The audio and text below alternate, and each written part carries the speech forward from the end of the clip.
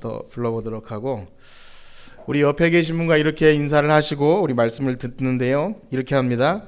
하나님이 우리를 만드셨습니다. 하나님이 우리를 만드셨습니다. 로마서를 작년 8월에 시작해서 지난주까지 한 8개월 정도 함께 보았습니다. 모든 성경이 그렇겠지만 로마서는 언제나 우리를 구원에 이르게 하는 이 복음의 핵심, 신자의 삶에 관해서 가장 직접적이고 중요한 부분을 다루었기 때문에 저에게나 여러분들에게는 참 유익한 시간이 아니었나 이렇게 생각이 됩니다. 좀 부족한 부분도 있었겠지만 말씀 그 자체가 우리를 새롭게 하는 것 같습니다. 그리고 언제나 참 신기하게도 이 본문의 그 주제를 따라서 삶도 그렇게 인도되어지는 것 같고, 그래서 본문에 따라 울기도 하고 웃기도 하고 또 기뻐하기도 하다가 확신도 되고, 무엇보다 은혜 아니면 단 한순간도 살아갈 수 없는 우리라는 것을 더 뼈저리게 느낀 것 같습니다. 이제 이 신약과 구약을 번갈아서 해왔기 때문에 구약을 공부해야 되는데, 그래서 창세기를 보고자 합니다. 제가 창세기를 처음 하는 것은 아니고요. 한 10년 전에 이 청년부들, 변지 집사님이 청년 때 한 10년 전에 그때 이렇게 창세기를 그렇게 했는데, 자료를 한번 찾아보니까 좀 이렇게 부족한 부분도 있고, 또 이 성경 말씀이 여러분 항상 새로우시죠?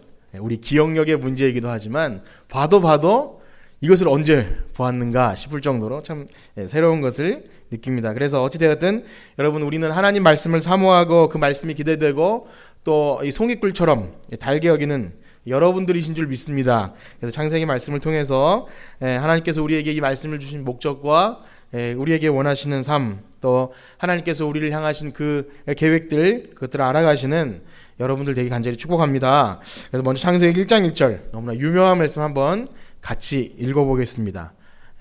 화면을 보셔도 좋고 외우셔도 좋고, 자, 시작. 태초에 하나님이 천지를 창조하시느니라. 아멘. 우리 교회 다니는 사람들은 너무나 잘 알죠. 성경 통독을 새롭게 시작할 때마다 거쳐가긴 하였으나 끝까지 완수하지 못해도 다시 시작할 때 또 만나는 본문 아니겠습니까? 그렇죠. 작심삼일이든 어쨌든 우리는 이 본문을 알죠. 그렇기 때문에 어찌 보면 좀 당연히 우리가 믿는 거기 때문에 주의 깊게 살피지 못하고 그냥 쭉 통독했던 그런 기억이 있는 것 같아요. 또 중요하게도 이 창세기는요, 무신론자들, 하나님이 없다고 하는 자들이나 아니면 진화론자들이나 어쨌든 반기독교의 입장에 있는 사람들에게 이게 비난의 표적이 되기도 하고 또 이렇게 논란거리가 돼요. 왜냐하면 우리 믿는 이 신앙의 근간, 유일하신 하나님, 온 우주 만물을 창조하신 하나님에 대한 이 선포들이 믿는 사람에게는 너무나 당연한 거지만 그렇지 않은 사람에게는 신화나 아니면 비과학적인 그런 내용이죠. 그래서 우리 믿는 사람들이 그렇게 오해를 합니다. 진화론에 반대돼서 그들에게 어떤 확인을 또 이렇게 답을 줘야 될 책인 양 그렇게 오해를 하는데, 창세기는 그런 책이 아니라는 거예요. 물론 하나님이 만드셨음을 말하지만 쓰여진 목적이 진화론 그거 아니고 이런 거야 하면서 이렇게 과학적인 증거를 제시하는 책이 아니라는 거예요. 자, 그러나 진화론은 엄청난 이런 생각이 들어요. 여러분, 그 학교에서 아이들이 진화론을 배웁니다. 그러니까 하나님이 만드신 것이 아니라 어떤 그 변화되는 이론에 있어서. 그런데 생각해보면 한 100년 남짓 되었어요. 19세기에 나왔기 때문에 그 역사가 매우 짧습니다. 그 이전에는 그런 의심을 아무도 품지 않았다는 거예요. 물론 의심은 했겠지만 어쨌든 그런 식으로 생각을 안 했다는 거죠. 그것이 근대 이성과 철학과 과학이 만들어낸 그런 결과물이에요. 그런데 이렇게 생각이 됩니다. 들어가는 입장에서 여러분, 우리가 살아가는 삶이 굉장히 많이 발전됐죠. 그런 산물이에요. 발전되고 편해지고 이제 로봇 또 4차 산업혁명 여러 가지로 발전이 되지만 과연 그것들이 우리의 삶을 정말 선하고 아름답게 해줄까요? 생각해보면 여러 사람들이 말하지만 그 세계에 큰 전쟁도 있었지만 그것이 결코 그 과학의 발전과 그런 고도로 발전된 사회가 어떻게 보면 더 비인간적이고 더 사람을 물질화시키고 그런 것은 우리가 서로 잘 알고, 어떻게 보면 그래서 어른들이 옛날을 추억하는 것은 그때가 참 사람 살맛이 났다 할 정도로 발전을 하면 할수록 인간의 어떤 진 면모보다도 물질화되고 과학적으로 분석하다 보니까 어떤 생명이다, 사람이다 보다 돈, 그죠? 의료는 돈, 또 사람이 사는 집은 집이 아니라 돈, 다 그렇게 되는 것 같아요. 그렇기 때문에 그런 생각이 듭니다. 아무리 과학이 발전하고 사람 지식이 발전해도 여러분, 우리가 자녀들이 커서 조금 크면, 저도 그렇지만 조금 뭔가 배우면은 부모님을 무시하지 않습니까? 이것도 몰라. 근데 여러분, 아무리 그래도 그 속에서 나온 게 어떻게 거부됩니까? 그렇죠? 하나님이 만든 이 창조물이 아무리 이제 비밀을 조금 알았다 해서, 우주의 비밀 이런 것들을, 과정을 조금 알았다 해서 야, 이거 하나님 만든 거 아니야 라고 말하는 것은 아주 우습다는 거죠. 아주 천박하다는 거죠. 그래서 우리는 그런 전제를 가지고 하나님이 창세기를 왜 기록했는지를 볼 텐데, 자, 어쨌든 그래서 이 창세기는요, 진화론을 반박하기 위한 책도 아니고 인류의 기원을 말해주는 뭐 역사책도 아니에요. 그래서 기독교 계통에서도 뭐 창조과학이나 창조사학이나 이런 걸 통해서 증명하려고 해요. 안 믿는 사람들에게 뭐 이렇게 증명하려고 하지만 사실은 소용이 없어요. 그런 것은 어떨 때 도움이 되냐면, 원래 믿는 사람들 있죠. 원래 믿는 사람들에게 조금 재미있게, 또 어린 학생들이나 이렇게 설명할 수 있는 좋은 이렇게 자료는 되지만, 어차피 믿는 사람에게 도움이 되고 어차피 안 믿는 사람들에게는요 전혀 도움이 안 돼요. 왜냐하면 반론만 많이 생기고 거기에 대한 또 재반론이 있지 않으면 그것 봐라, 증명하지 못하지 않느냐? 그래서 그들의 불신앙만 더해줄 뿐입니다. 그래서 결과적으로 어차피 안 믿을 사람은 증명된다 해도 믿지 않죠. 창세기는 그것을 위한 책이 아님을 더 확실한 거예요. 자, 그럼 성경이 무엇입니까? 성경은 우리가 듣고 배웠던 대로 하나님의 감동으로 하나님의 구원사역과 예수 그리스도를 계시하는 하나님 말씀인 줄 믿습니다. 이것을 벗어나면 안 돼요. 과학적으로, 어떤 이성적으로, 철학적으로 접근하면 답이 안 나와요.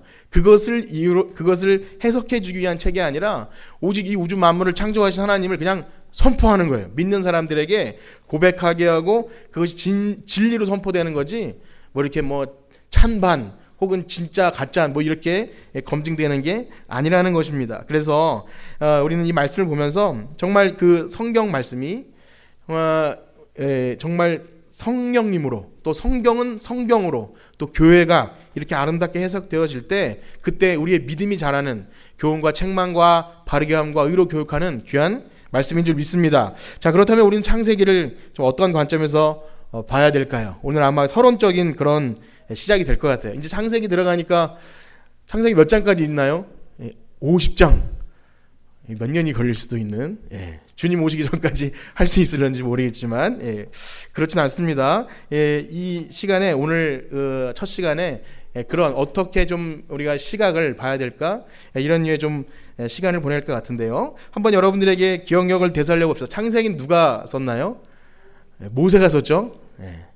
하나님이 썼다고 해도 뭐 틀린 것은 아니지만 모세가 썼다고 봅니다. 그래서 모세는 창세기, 출애굽기, 레위기, 민수기, 신명기까지 이 모세 오경을, 그래서 모세 오경이라는 말이 있습니다. 그런데 모세는 출애굽기 시대에 살았던 사람이에요. 그러니까 창세기 다음 시대인 출애굽기 시대에 살았던 사람인데, 조상들에게 뭐 아브라함, 이삭, 야곱 얘기를 들었을 수는 있겠지만, 그러나 이렇게 천지를 창조하신 하나님의 그 빛이 있어라, 이런 부분에 대해서 그가 알았는지 몰랐는지 아마 모를 가능성이 크지 않았겠는가. 그렇기 때문에 모세는 하나님께 계시를 받아서 쓴 것입니다. 자, 그래서 그러면 이렇게 한번 물어볼게요. 그럼 창세기는 언제 쓰여졌을까요? 창세기가 그러면 우리가 출애굽기를 전에 하지 않았습니까? 출애굽기를 할 때 생각해 보면 하나님께 모세가 계시를 받으러 여러 번 올라갔어요. 그 중에서 어느 한 시점이 아니었겠는가, 그렇게 생각이 됩니다. 그래서 우리가 출애굽기를 언제 했냐면 창세기 전에, 로마서 그 전에 출애굽기를 바로 했어요. 또 새로우시죠? 항상 우리는 말씀을 새롭기 때문에 제가 한번 기억을 되살려 드리겠습니다.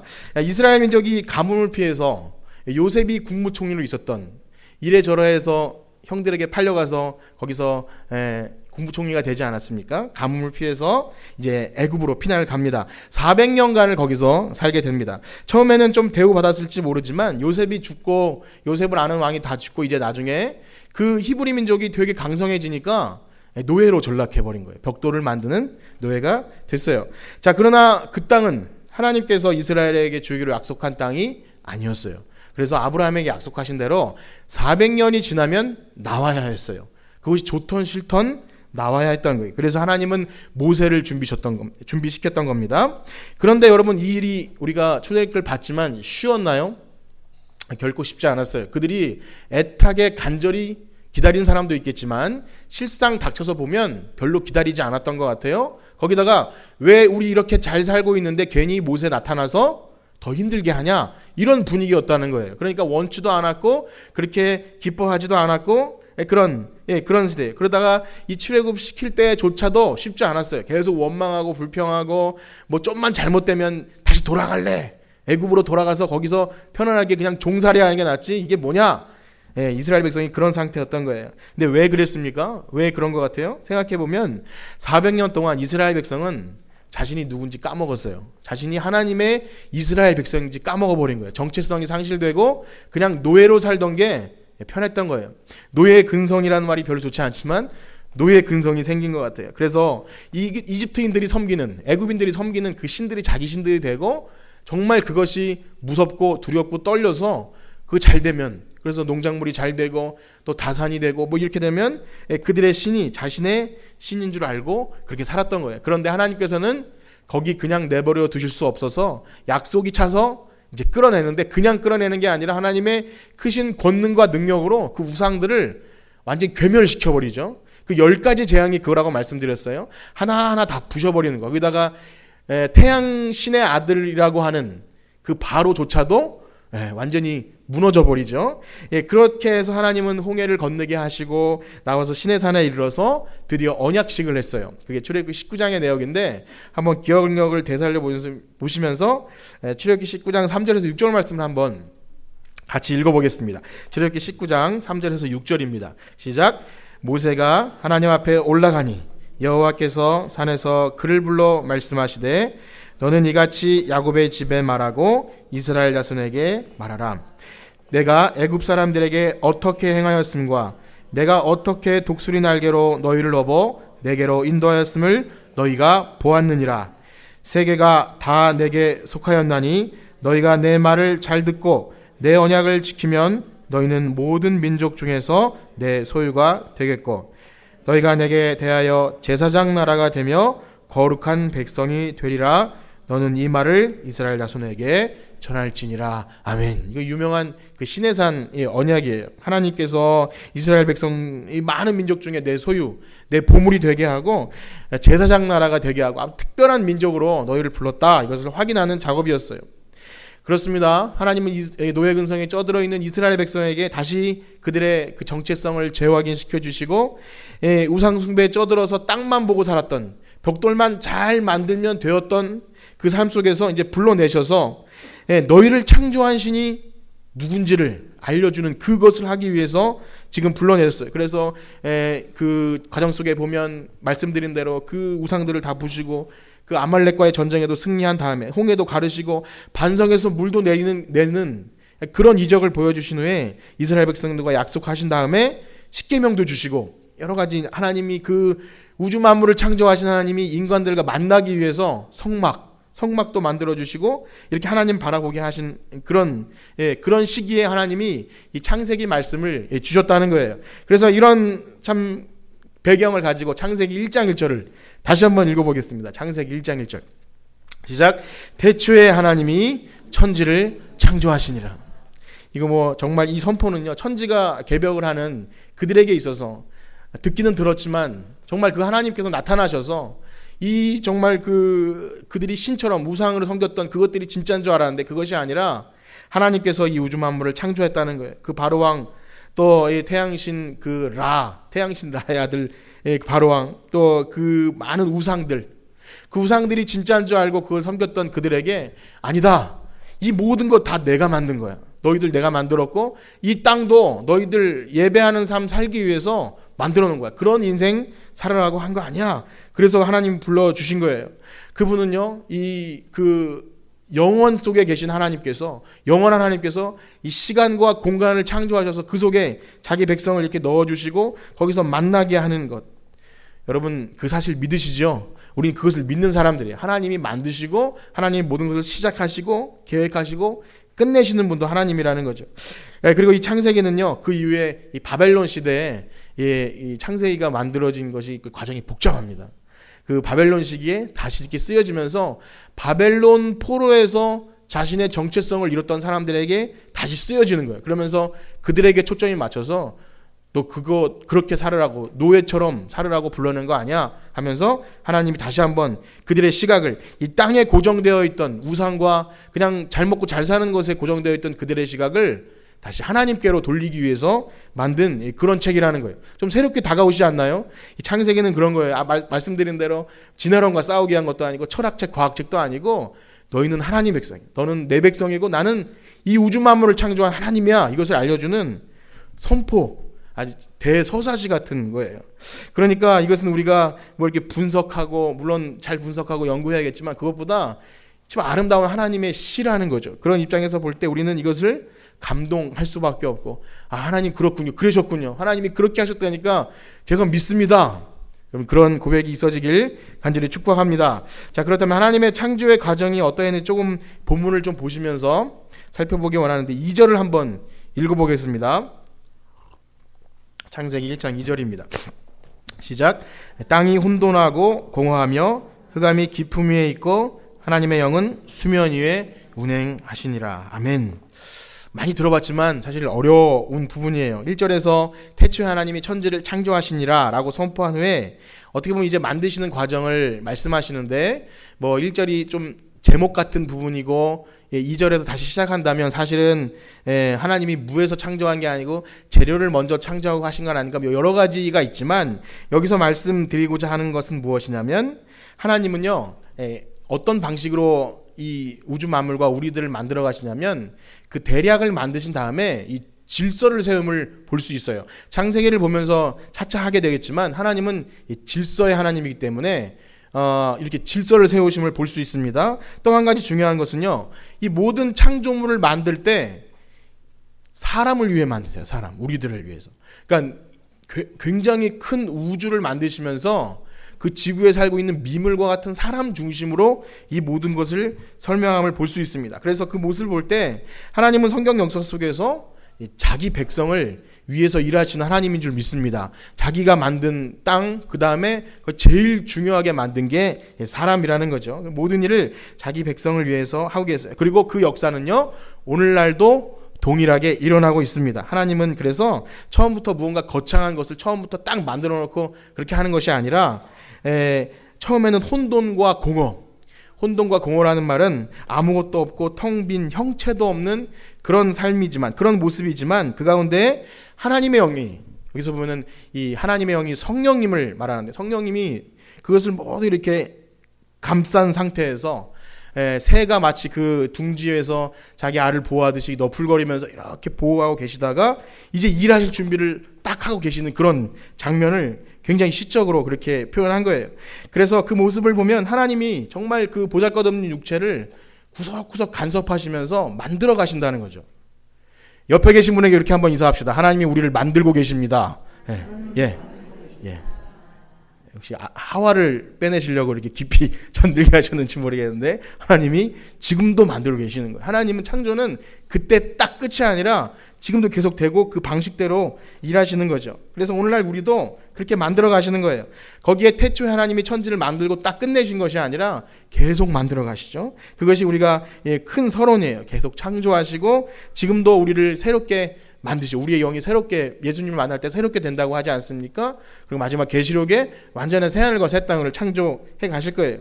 자, 그렇기에 다시 한번 배경으로 돌아가서 이스라엘 백성이 자기의 노예 생활이 정말 아무것도 아닌 것 같았고, 또 지금 뭐랄까요, 그냥 이렇게 태어나가 벽돌만 굽다가 죽게 되는 건 아닌가 하는 그런 쳇바퀴 도는 인생을 산 공허하고 혼돈한 절망적인 삶 속에서 하나님이 새가 알을 품듯이 이렇게 보호하셨다가 때가 되어서 이제 일을 시작하시는 거예요. 그래서 너희들을 불러냈다, 이 말씀을 지금 하고 계신 거예요. 너무 놀랍지 않습니까? 하나님은 그런 하나님이신 거예요. 눈을 뜨게 하시고 빛을 비춰서 그들의 삶이 그것이 아니라고. 오늘날도 우리에게 그렇게 말씀하시죠. 그렇게 살면 안 된다고. 그래서 오늘날 하나님께서 그 영광의 빛을 우리에게 비춰주실 때, 아까도 그런 찬송을 했고 또 하나님 우리의 빛이시고 그런 노래를 했는데 혼돈과 공허, 무엇인가 열심히 하려고 열심히 살았지만 그런 고백들 하지 않습니까? 다람쥐 쳇바퀴도는 내가 지금 잘하고 있나 하는 그럴 때 혼돈과 공허 속에서 하나님이 빛을 쫙 비춰주시면 그럼 우리 안담했던 현실도 하늘나라의 놀라운 영원으로 바뀌게 되는 줄 믿습니다. 이것이 너무나 놀라운 거예요. 그래서 첫 번째 하나님의 천지창조의 첫 번째 단계는 빛이에요. 3절을 한번 읽어보겠습니다. 1장 3절입니다. 시작. 하나님이 이르시되 빛이 있으라 하시니 빛이 있었고. 아멘. 여기서의 빛은요, 태양빛은 아닙니다. 태양은요, 14절에 이제 우리가 착각하기 쉬운데 넷째 날에 정확히 해를 만드세요. 물론 그 태양빛과 무관하진 않겠죠.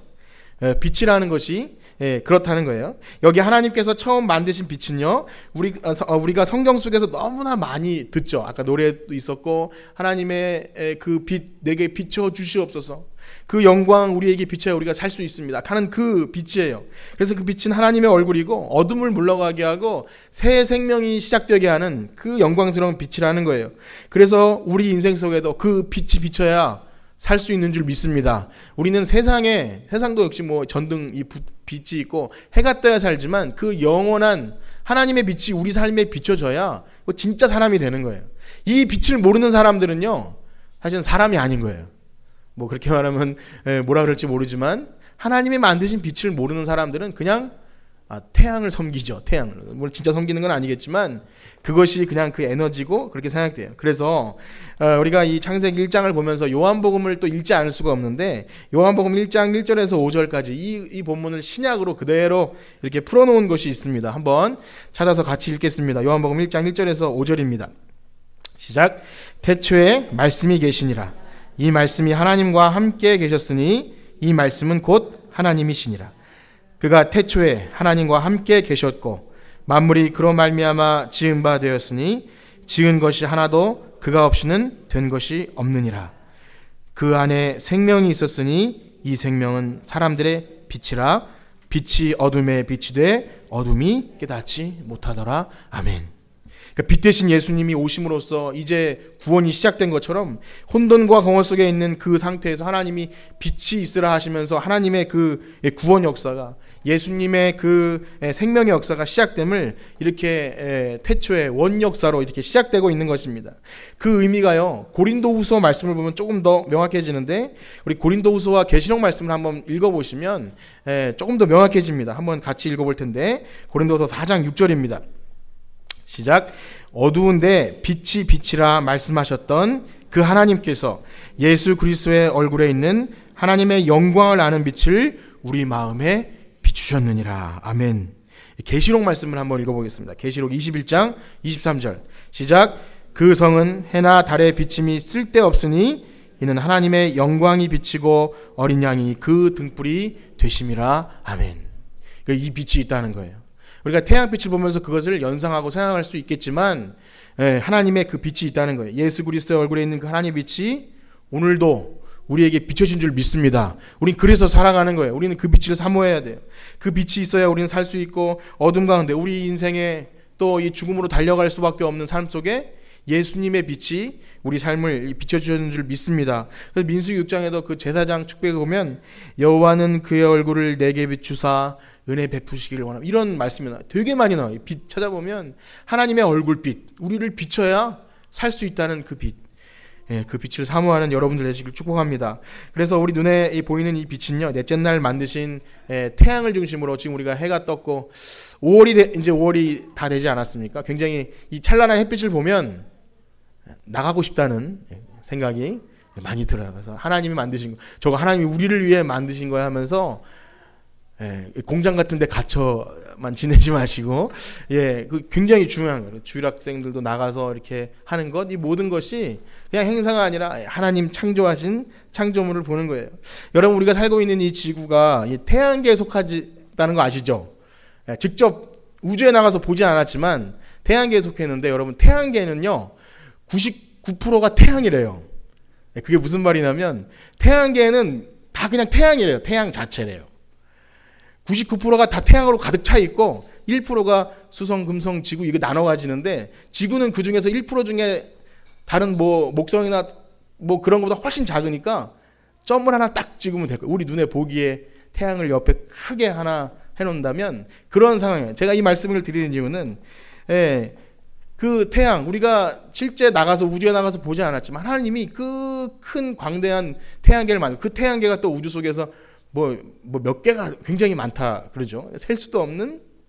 그런데 여러분 지구가 거기 속해 있는 게 아니라 이 창세기 말씀과 이것을 보면 지구 중심으로 돌아가는 거예요. 하나님이 만드신 지구 중심으로. 그래서 보면 옛날에는 지구가 움직이는 게 아니라 지구는 가만히 있고 태양이 뜨고 이렇게 생각했다 그러죠. 근데 그것도 이해가 돼요. 왜 그렇게 했는지 이해가 돼요. 당연히 인간 시각에서는 태양이 떠서 지구 움직이고 지금도 우리가 별 생각 없이 보면 그러지 않습니까? 그런데 보면 다 태양이고 지구는 그냥 거기서 미물 같은, 가까이만 가면 확 타 없어져 버릴 것 같은 그런 거라는 거예요. 제가 이 말씀을 드리는 이유는 사람들은 그런데 그 태양을 보면서 또 소원을 빌어요. 소원을 빌고 그 태양이 전부인 줄 알고 그렇게 살아가지만 하나님은 그렇게 우주 만물을 창조하신 것이 아니에요. 놀랍게도 그 태양빛이 우리가 살고 있는 이 지구가 한치의 오차도 없이 지금 돌아가고 있어요. 조금만 가까이 가도 뜨거워서 못 살고 조금만 멀어져도 다 얼어서 못 살아요. 지금 우리는 이 조그만 공간에 앉아서 지금 우주를 얘기하고 있습니다. 꼭 주무시지 마시고 이 우주. 제가 뭐 지구학도 잘 못하고 그렇지만 가만히 생각해 보면 하나님이 창조하신 것을 이렇게 뭐 어떤 뭐 자료를 통해서 보면 하나님 만드셨다는 입장에서 보면 다 우리 거잖아요. 하나님께서 우리를 중심으로 만드셨는데 그렇습니다. 지금 말씀드린 뭐 지구과학을 얘기하는 것이 아니라 이 빛을 이야기하다가 말씀드렸는데 태양계에서 너무나 작은 지구라는 별, 그래서 그 속에 살아가는 우리들, 태양계에서는 지구가 작다고 하지만 우리 모습을 보면 얼마나 이 땅덩어리, 조그만 땅덩어리 안에서 아등바등하며 살고, 우리가 차를 움직이면 조금 빨리 달리면 100km고 이렇게 과속 카메라 피해서 잘 달리면 한 130, 40km 달리면 엄청 빠른 거잖아요. 지구가 지금 몇 킬로로 자전하고 있는 줄 아십니까? 1600km로 돌고 있대요. 1600km. 1600km로 도는데 그걸 못 느껴요, 우리가. 그리고 공전하는 속도는 10만 몇 킬로로 막 돌고, 그래야 하루가 되는 거예요. 하나님이 이걸 이렇게 만드신 거예요. 그리고 달이 지구를 도는데 달이 없으면 하루가 엄청 짧아지고 이 달이 하여튼 이 구조 자체가 저희가 언변이 부족하고 지구과학을 못해서 설명하기 어렵지만 이렇게 가만히 누가 하는 얘기 들으면 하나님이 정말 어마어마하신 분이다 이런 생각을 막 하게 돼요. 걸어서 태양까지는 4,000년이 걸리고 기차를 타면 114년이 뭐 걸린다고 하는데 이 광활한 우주 가운데 이 지구라는 작은 별, 생각조차 할 수 있는, 저희가 이 말조차 꺼낼 수 없는 미물이 하나님에 대해 생각하고 하나님이 그 비밀을 우리에게 알려주셨다는 것 자체가 그냥 영광입니다. 그렇죠? 영광이에요. 우리는 그것을 보면서 하나님을 찬양할 수밖에 없어요. 오늘 말씀을 마치면서 이 창세기를 준비하면서 여러 가지 마음의 부담이 컸습니다. 왜냐하면 이 자료를 찾다 보면은 어려운 뿐입니다. 이 보는 시각이 너무나 다양하고 원어를 따지고 들어가 보면 그 깊이 있는 의미들 때문에 이 진도가 나갈 수가 없어요. 그래서 어떤 데는요, 하나님이 정말 이 물질 세계를 창조하신 것이 아니라 어떤 영적인 의미로 보기도 하는 그런 주석서들도 있어요. 어렵죠. 그런데 여러분, 우리는 이런 설화 또 과학 이런 것을 뛰어넘어서 우리 예수 그리스도의 십자가의 피로 말미암아 구원 얻은 성도들에게는 하나님이 만드셨다, 그럼 그걸로 충분한 줄 믿습니다. 제가 여러분들 어렵게 해드릴 수도 없고 어렵게 해드릴 자신도 없어요. 그러나 중요한 것은 서두에 말씀드린 것처럼 믿는 사람들에게는 이것이 그냥 찬양할 내용이에요. 하나님의 천지를, 우주를 찬양하고 주님의 높고 위대하심을 찬양할 뿐이지 정말인가? 그랬는가? 따지면서 그렇게 하지 않는다는 거죠. 물론 우리는 말씀을 정확히 봐야 되고 최선을 다해서 어떤 의미인가를 봐야 되지만 우리 믿는 사람들에게 있어 이 창세기는 아까 말씀드린 대로 너는 누구인가? 과연 너는 지금 누구고 이 우주 만물은 누구를 위해 만들어졌는지를 분명히 하는 여러분들 되시길 축복합니다. 그래서 이 어려운 신학적 논쟁이나 여러 가지 관점을 내려놓고 이 어두운 세상에 아무리 이 발전하고 정말 빛이 더 아름다운 그 LED 불빛으로 정말 이렇게 그런 세대 속에도요, 하나님이 없는 그곳은 혼돈과 공허입니다. 그 속에서 하나님의 그 영광의 광채를 우리에게 비춰주셔야 살 수 있는 줄 믿습니다. 오늘도 그 빛을 소원하는 여러분들 되시길 바라고, 우리가 조금만 왜 높은 데만 살짝 올라가도 여기 아차산 있지 않습니까? 거기만 올라서 내려다 봐도 세상에 아주 개미 같은 사람들이 나를 보면 우리가 저 속에서 아등바등하면서 살았구나 하면서 우리 좀 마음이 좀 달라지지 않습니까? 저 뭐 여기 롯데타워만 올라가도. 근데 여러분 비행기를 저도 잘 많이 못 타봤지만 비행기만 타고 여기 딱 내려다보면 저 땅덩어리 코딱지만 돼서 그렇게 우리가 아등바등만 살았구나 이런 생각이 들잖아요. 근데 이 우주를 만드신 하나님의 그 창세 입장에서 보면 여러분의 시각은 땅이 아니라 영원과 하나님의 영원한 그 빛을 사모하는 여러분들이 될 줄 믿습니다. 우리가 이 찬양 드리면서 마실 텐데요. 정말 그 태산을 넘어 험곡에 가도 우리가 빛 가운데로만 걸어가면 하나님이 그 빛이 있으라 하신 하나님께서 우리 어두운 삶을 비춰주시고 우리의 현실은 암담하고 그 출애굽한 백성처럼 또 바벨론의 포로 같은 인생처럼 그런 우리의 암담하게 만드는 삶이 있어도 주님의 그 한 줄기 빛만 우리 삶에 비춰주시면 우리는 넉넉히 살아갈 줄 믿습니다. 우리 찬양하시고